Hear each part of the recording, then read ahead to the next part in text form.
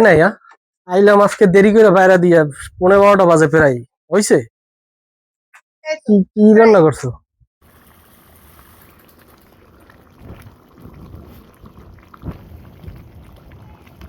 অনেকদিন পর বাসার ছাদে মাটির চুলায় হাঁসের গোশত রান্না করা হচ্ছে আর সাথে রুটি পিঠা বানানো হচ্ছে। চালের রুটি বানাতে একটু ঝামেলার বা কষ্টের হলেও খেতে কিন্তু খুবই ভালো লাগে, তাই তো কষ্ট করে হলেও পিঠাটা বানাই আর সবাই মিলে খাওয়ার মধ্যে কিন্তু অন্যরকম একটা আনন্দ রয়েছে। রুটি পিঠা আর কি হাঁস রান্না করছো আজকে? কই দাও বাড়ছো দাও। 12টা বাজে এখন হাঁসের মাংস আর রুটি পিঠা খাইতে হইছে। দাও। রুটি পিঠা বানাইতে সময় লাগে, এখন তাইছি আজকে দেরি করে বাইরে দিয়া। বিসমিল্লাহির রহমানির রহিম। খাইতে স্বাদ পিঠাটা, কিন্তু বানাইতে তো অনেক কষ্ট। বিসমিল্লাহির রহমানির রহিম।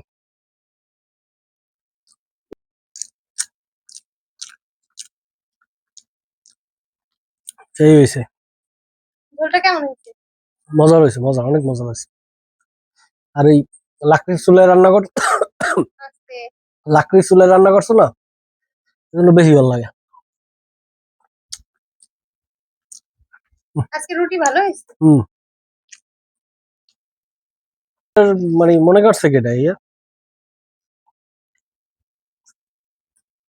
আমার খাইতে ইচ্ছা করছে মানে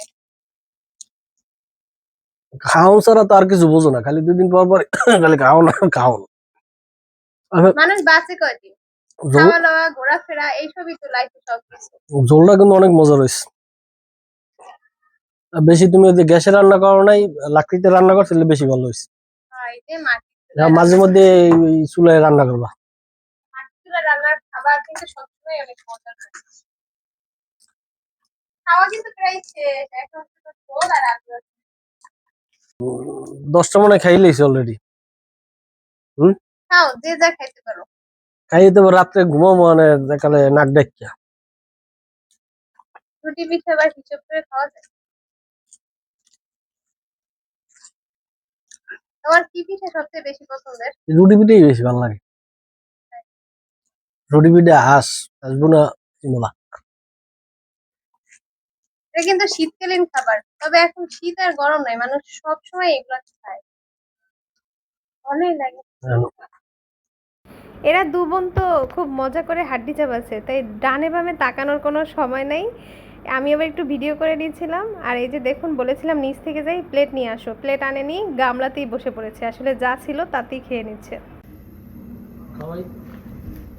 সবাই খাইলে চলে গেছে আর এখন লাস্টে আইয়া গোসল লাগে আমার 12টার সময়।